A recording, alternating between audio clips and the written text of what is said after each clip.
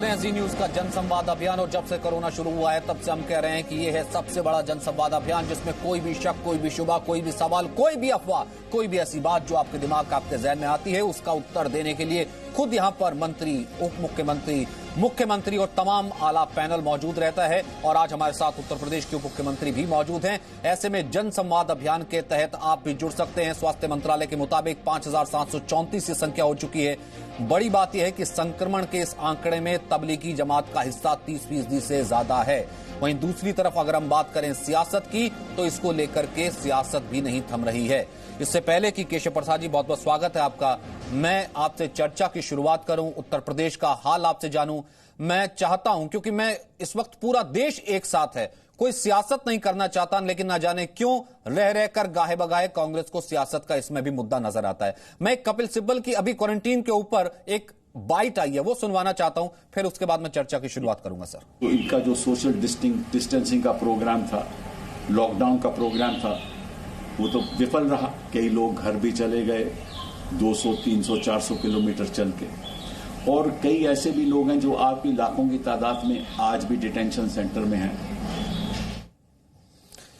केशव प्रसाद जी, मैंने इसलिए इस साउंड बाइट से शुरू की क्योंकि कुछ ही देर पहले, ये लगभग उतनी देर पहले ही ये लगभग साउंड बाइट आई, कपिल सिब्बल ने बाइट दी। उससे पहले प्रधानमंत्री मोदी ने ट्वीट किया कि डर से हम नहीं जीत सकते हैं कोरोना को, डर से नहीं हम हरा पाएंगे, हमें हिम्मत से हराना होगा कोरोना को। उसी वक्त ही कपिल सिब्बल ये कहते हैं लॉकडाउन तो फेल हो गया और डिटेंशन सेंटर बने हुए हैं।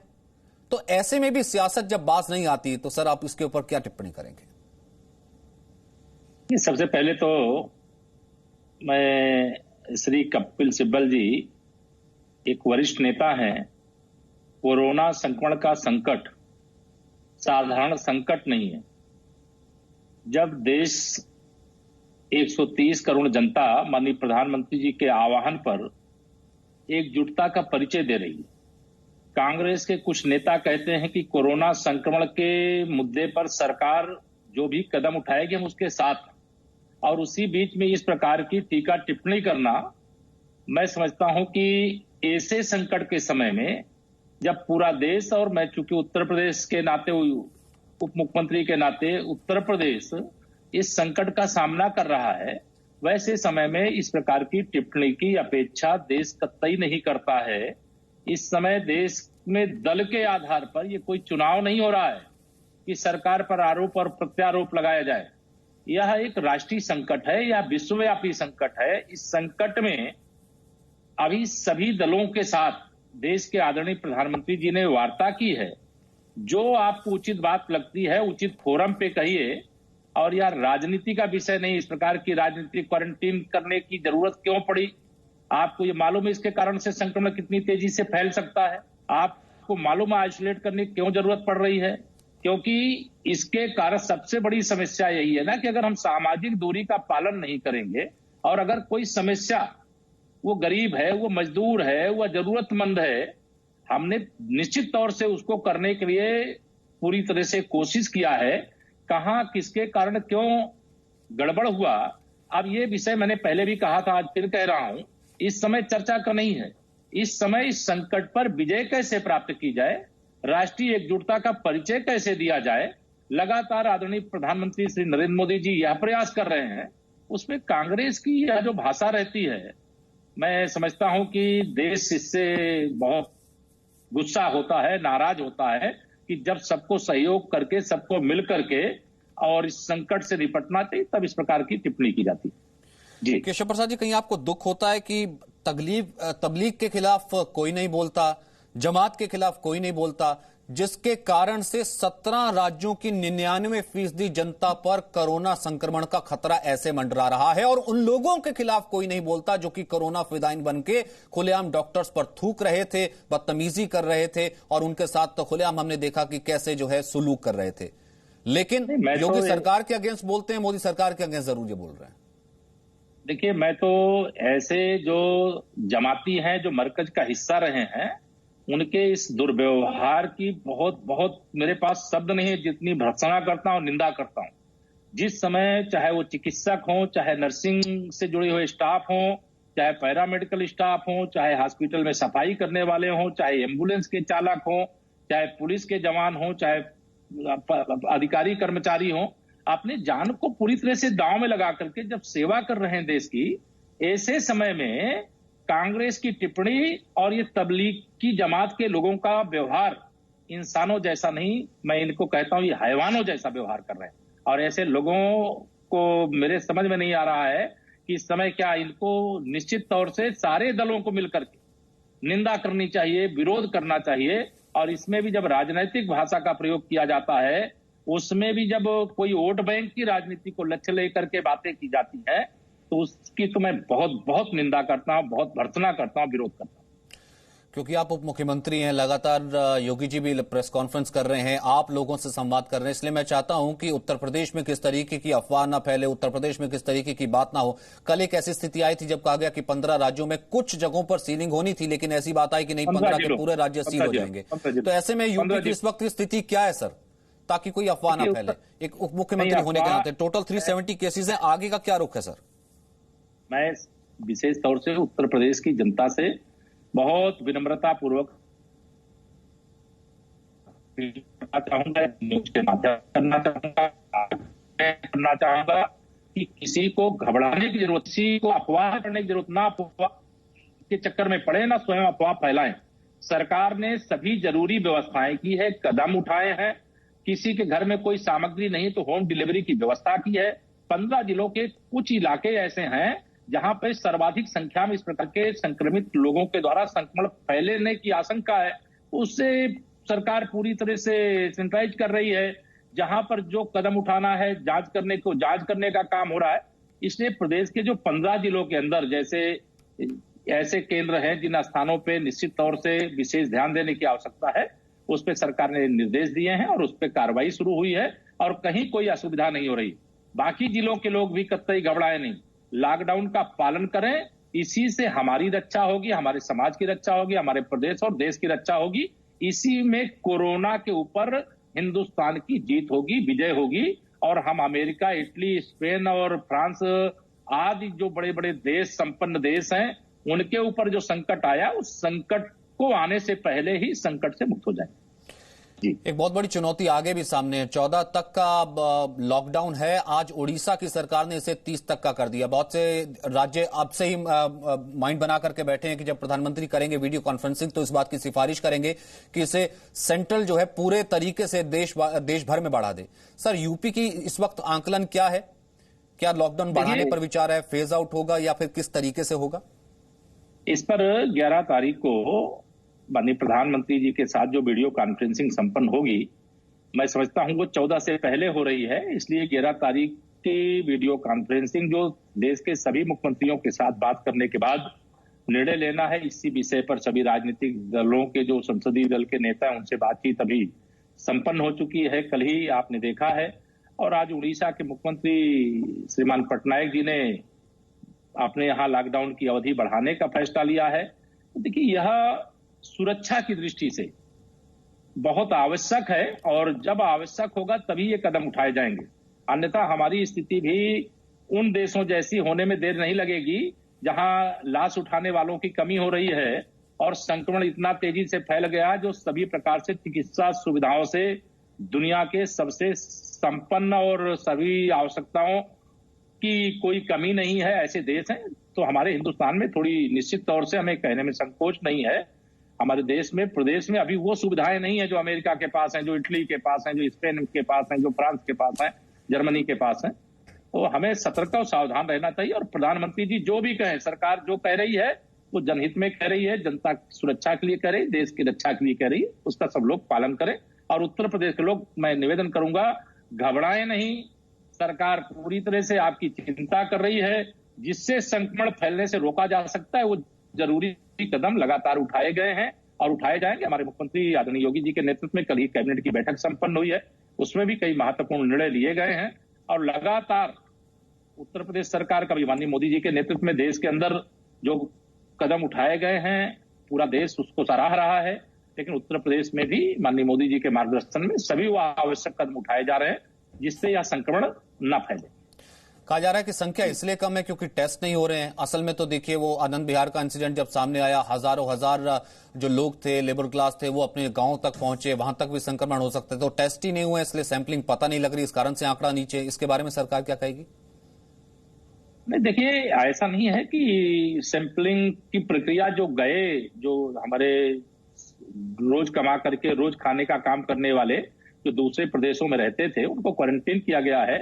जो गांव के स्कूल है, पंचायत भवन है, उन स्थानों पर रखा गया है और 14 दिन रखने के बाद कोई ऐसे लक्षण जब दिखाई दें तब निश्चित तौर से उस पर कदम उठाया जाता है। उसी के अंतर्गत अलग अलग जिलों में ऐसे लोगों को जब जांच किया जाता है तो कहीं नेगेटिव आ रहा है, कहीं पॉजिटिव आ रहा है।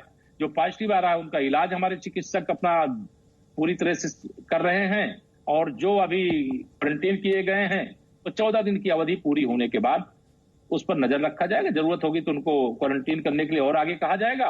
अन्यथा सरकार ने अभी जो व्यवस्था की है वो जनता के हित में अच्छी की है और जनता का समर्थन हमें मिल रहा है। जी, बहुत बहुत शुक्रिया केशव प्रसाद मौर्य हमसे जुड़ने के लिए और ये बात बताने के लिए कि कम से कम राजनीति इस पर नहीं होनी चाहिए और उत्तर प्रदेश में जो भी माकूल प्रबंध है वो किए जाएंगे और वो किए जा रहे हैं। लेकिन जैसा कि मैंने आपको कहा कि लगातार इस पर सवाल भी आ रहे हैं, लगातार लोग से सवाल ये पूछ भी रहे हैं कि आखिरकार इस पर संक्रमण काल में भी राजनीति क्यों। तहसीन, इस पर आपका कमेंट देना चाहूंगा क्योंकि इसी कारण से मैंने केशव प्रसाद मौर्य से इस चीज से शुरू किया कि एक तरफ प्रधानमंत्री मोदी कह रहे हैं कि डर से हम नहीं जीत सकते हैं, दूसरी तरफ कपिल सिब्बल कह रहे हैं कि ये क्वारंटाइन सेंटर नहीं है, डिटेंशन सेंटर है। तो क्या खुला छोड़ दें सर क्या अब कोरोना फेदाइंस को?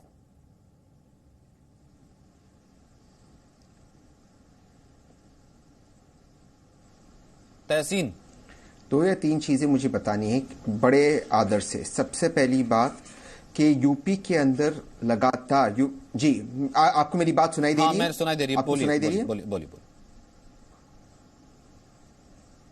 हेलो, मैं सुन पा रहा हूं तहसीन, बोलिए। जी, क्षमा चाहता हूं।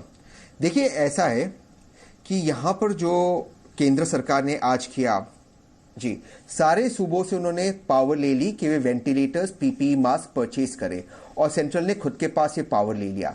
ये फेडरल स्ट्रक्चर के खिलाफ है, इससे लोगों की मृत्यु होगी। दूसरी बात, सुप्रीम कोर्ट में माना गया है कि 6 लाख लोग माइग्रेंट्स कोविड के कैरियर्स है, उनकी टेस्टिंग नहीं हो रही। लगातार तबलीग को लेकर फेक न्यूज स्प्रेड किया जा रहा है, यूपी पुलिस उसे क्लैरिफाई कर रही है। लेकिन सबसे अहम बात मैं 2 सवाल से खत्म करता हूं। ये जो तबलीग के मौलाना थे, मौलाना साद, 28 की रात 2 बजे, 29 की सुबह 2 बजे अजीत दोवल साहब उनको मिलते हैं। देश लॉकडाउन में ट्रेनें, बसें, गाड़ियां, निजी गाड़ियां और प्लेन कुछ काम नहीं कर रहा। ये कहां पर छुप गए मौलाना? यानी कि साफ साफ ये पोलराइजेशन कराया जा रहा है ताकि इससे बीजेपी का फायदा हो। मैं उसका और एक सबूत दे रहा हूं। ये 540 लोग जो अब मिल नहीं रहे, इन सबका एड्रेस दिल्ली पुलिस के पास है। इनकी प्रॉपर्टी क्यों जब्त नहीं कर रहे? मौलाना साहब की प्रॉपर्टी क्यों जब्त नहीं कर रहे? क्योंकि मोदी साहब नहीं चाहते कि फिर आप जैसे लोग के सामने आकर के कहेंगे कि देखिए कोरोना में धर्म ढूंढ लिया, तो तबलीग फिर आप जैसे लोग ही आकर के कहेंगे कि कोरोना के मरीजों को भी मुसलमान मानते हैं। फिर आप जैसे लोग ही आकर के कहेंगे कि इनको मुसलमान नजर आता है। और जबकि मेरी हाथ जोड़ के विनती यही है, यही लगातार कहता रहा हूं कि कोरोना ना हिंदू है ना मुसलमान है, और कोरोना में इन लोगों को ही कोरोना ठीक करने के लिए अगर क्वारंटाइन किया जाता है तो कपिल सिब्बल को, जिनका आपने एक बार भी नाम नहीं लिया, उनको डिटेंशन सेंटर नजर आता है। वो डिटेंशन सेंटर जिसका डर वो मुसलमानों को एमपीए के नाम पर डरा रहे थे। आप मेरे सवाल का जवाब दे दीजिए ना। साहब, अफसोस की बात है, बहुत अफसोस की बात है। It's too bad. साहब, एक सवाल का जवाब दीजिए। वो मौलाना साहब गए किधर? अजीत दोवल साहब से मिलने के बाद बताइए कहां गए? इसका जवाब आप दे दीजिए। शाहनवाज हुसैन भाई को बोलिए ना देने। मौलाना साहब गए किधर छुप गए? खैर वो तो दिल्ली पुलिस ही खुद साफ कर चुकी है ना कि जब वो क्वारंटाइन में है और वो खुद कह रहे हैं कि जब वो क्वारंटाइन में है, हो सकता है कि वो खुद संक्रमित हो, तो फिर उसको पढ़िए कि वो आकर के सर उन लोगों को पहले ढूंढा जाए ना। ठीक है सर, एक सेकंड, मेरे को कुछ वीडियो संदेश में लेने होते हैं। इसका जवाब जो है मैं शाहनवाज हुसैन से लूंगा। कुछ वीडियो संदेश भी मुझे लेने होते हैं और लोगों के लगातार इसके वीडियो बहुत कड़े रिएक्शन आ रहे हैं कि आखिरकार कैसे तुलना कर सकते हैं। एक तरफ डॉक्टर साहब की जान बचाए, क्वारंटीन करवाएं, दूसरी तरफ उसे डिटेंशन सेंटर बोले। एक वीडियो सवाल सुनते फिर वापस आता हूं। वरिष्ठ कांग्रेस नेता श्री कपिल सिब्बल जमातियों की क्वारंटीन की डिटेंशन सेंटर से तुलना कर रहे हैं। वो क्या कोरोना फिदाइनों को खुला छोड़ देने के लिए बोल रहे हैं? हमें तो उनकी बुद्धि पर तरस आता है। कृपया इसका कुछ स्पष्टीकरण दें। शाहनवाज हुसैन साहब, इसका जवाब दीजिए।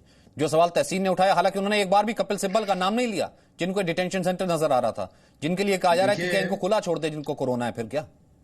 ये सही है कि सचिन जी जो आपने बात कही है मैं उसकी तायीद करता हूं, और आपने बहुत अच्छी बात कही कि आपको हिंदू मुसलमान नहीं कर रहे हैं, लेकिन कपिल सिब्बल हो या तहसीन पूनावाला साहब, हिंदू मुसलमान आप कह रहे हैं, जी न्यूज पे कहा जा रहा है, कर तो आप रहे हैं। कहां एक बार भी हिंदू मुसलमान का नाम लिया सचिन जी ने? कपिल सिब्बल साहब ने कहा कि डिटेंशन सेंटर है। हाँ, कोरोना से जो लोग मुतासिर हैं, जो जिन पर शक होगा उनको रखा जाएगा डिटेंशन सेंटर की तरह। यानी डिटेंशन सेंटर का मतलब क्या कहना चाहते हैं? फिर सीए एनआरसी बताना चाहते हैं? डिटेंशन सेंटर के नाम पर आपने पूरे मुल्क को भड़काया था, अब कोरोना के नाम पर डिटेंशन सेंटर का शब्द फिर से जानबूझकर कपिल सिब्बल ला रहे हैं। और मैं आपको कहना चाहता हूं कि अगर वो लोग जहां भी क्वारंटाइन लोग किए जा रहे हैं, उनके खाने का इंतजाम, पीने का इंतजाम, दवा का इंतजाम, सरकार उनकी हमदर्द है। हमारे नेता नरेंद्र मोदी जी 130 करोड़ हिंदुस्तानी को देखते हैं। वो हिंदू, मुसलमान, सिख, ईसाई नहीं, बिहार, बंगाल, गुजरात नहीं, वो 130 करोड़ लोगों को बचाने की एक मुहिम पर वर्ल्ड लीडर की तरह काम कर रहे हैं। आज पूरे दुनिया में प्रशंसा हो रही है। कांग्रेस पार्टी अगर दो शब्द अच्छे नहीं है आपके पास तो कम से कम खामोश रहे। कपिल सिब्बल आए और आते ही इसको डिटेंशन सेंटर, एनआरसी, सीए में जो बोलते थे वही बोलने लगे। फिर कोई डिटेंशन सेंटर नहीं है। एक बात केशव प्रसाद मौर्य जी ने कही, मैंने उस बात को बहुत गंभीरता से सुना। मैं आपको कहता हूं, हम लोगों की रोज बैठक होती है, हमारे राष्ट्रीय अध्यक्ष जगत प्रकाश नड्डा जी के नेतृत्व में बैठक होती है। एक ध्येय है, कोई भूखा न रहे, कोई सेवा में कमी ना हो। बीजेपी के कार्यकर्ता तक लगे हैं, सरकार लगी है। आप क्या अपेक्षा करते हैं हम लोगों से? सरकार इतनी ईमानदारी से काम कर रही है। हम तो कहते हैं वसुदेव कुटुंबकम, the whole mankind our family. हम तो पूरे वसुधा की चिंता करने वाली पार्टी हैं। हम कहां जात पात मजहब में हमें बांध रहे हैं? ये नरेंद्र मोदी है, ये देश के जननायक के तौर पर उभरे हैं जो सबकी चिंता कर रहे हैं। और जहां तक सवाल है कि जो लोग अगर कहीं पर लॉकडाउन किया गया या हॉटस्पॉट है, अगर उसको हम रोक रहे हैं तो वहां सारा इंतजाम भी कर रहे हैं। इसलिए आज शबे बारात है। मैं आप पूरे मुल्क में जो लोग जी न्यूज देख रहे हैं उनको मैं बधाई देता हूं और कहता हूं आज दुआ कीजिए अपने परिवार के लिए, आपके यहाँ जो लोग गुजर गए उनके मगफरत के लिए, और साथ में मुल्क के लिए भी दुआ कीजिए और ऐसे लोगों के लिए भी दुआ कीजिए जो हर फैसले पर हिंदू मुसलमान करते हैं। अल्लाह उनको भी अकल दे, इस तरह की बात वो लोग ना करें। शाहनवाज भाई बात तो ये होती है ना, मेरे व्यूअर्स भी लगातार वही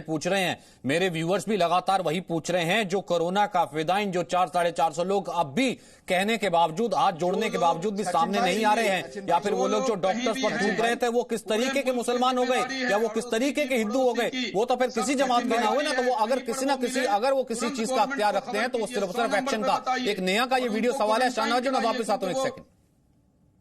पिछले 25 मार्च से हम सभी इंडिया में लॉकडाउन में हैं और सारे के सारे गवर्नमेंट के रूल्स एंड रेगुलेशंस को फॉलो कर रहे हैं। पर उन लोगों का क्या जो जमानत में आए थे, वो अभी भी खुले में काफी घूम रहे हैं और उनमें से काफी लोग अभी तक पकड़े भी नहीं गए। क्या गवर्नमेंट उनमें कोई एक्शन ले रही है? फिरोज साहब, एक्शन की बात आती है तो पूरी मुसलमान कम्युनिटी की बात आ जाती है। देखिए, कोरोना को मुस्लिम बना दिया, जैसा कि अभी तहसीन कह रहे थे। अभी तहसीन कह रहे हैं कि उनकी 400 की प्रॉपर्टी जब्त कर दीजिए। है सर इतनी किसी में कि यहां पर एक किसी पर कार्रवाई करने लगो, टेस्ट करने लगो तो थूकने लगते हैं सर? हाँ, देखिए सचिन भाई, निहायती अदब के साथ मैं आपसे एक रिक्वेस्ट करना चाहूंगा, थोड़ा सा मुझे वक्त दीजिए। मैंने देखिए यूपी के जो उप मुख्यमंत्री हैं केशव प्रसाद मौर्य, उनको भी सुना और मैंने इनको भी सुना, हमारे शाहनवाज हुसैन को, और मैंने तहसीन को भी सुना। और मुझे बहुत खुशी हुई शाहनवाज को और केशव प्रसाद मौर्य को सुन के। टू द पॉइंट, जो बात इस वक्त पब्लिक को बोलनी चाहिए। आपका चैनल करोड़ों क्या हिंदुस्तान से बाहर भी देखा जाता है। और तहसीन ने जो बात कही मुझे बहुत अफसोस हुआ, हर चीज पे सवाल उठाना।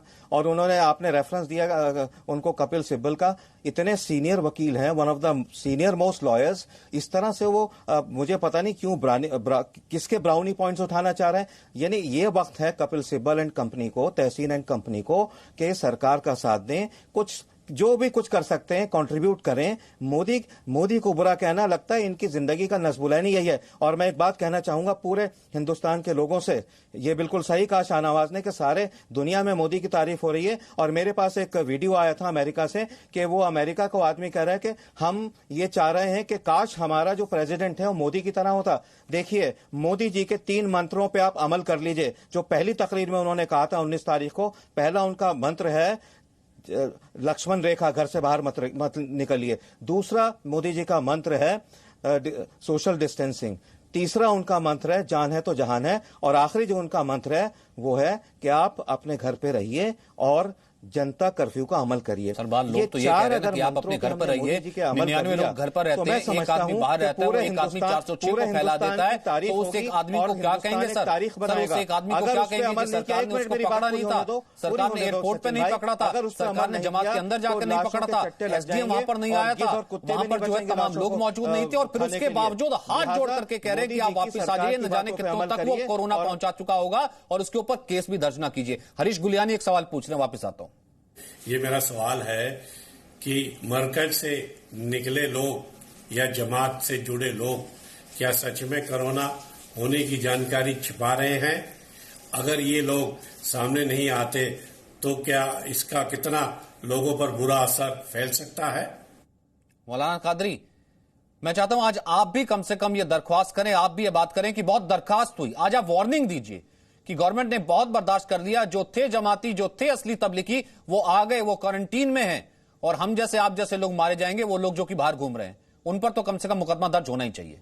मौलाना कादरी, मैं सबसे पहले तो आज जो शब बारात है, इस बरकत वाली रात में मैं दुआ करता हूं कि परवरदिगार आलम हमारे मुल्क हिंदुस्तान की हिफाजत फरमा और यहाँ के रहने बसने वाले तमाम लोगों की जान माल की हिफाजत हो और ये कोरोना वायरस से हमको छुटकारा मिले। बल्कि मैं कहूंगा कि तमाम दुनिया पे अल्लाह रहम करे और ये कोरोना वायरस से सबको नजात। दूसरी बात, चाहे वो मरकज के लोग रहे या कोई और रहे, अगर किसी को भी हुकूमत ये कह रही है कि आप आगे बढ़ें और अपने आप को चेकअप कराएं, क्वारंटाइन कराएं, तो सबके लिए जरूरी है।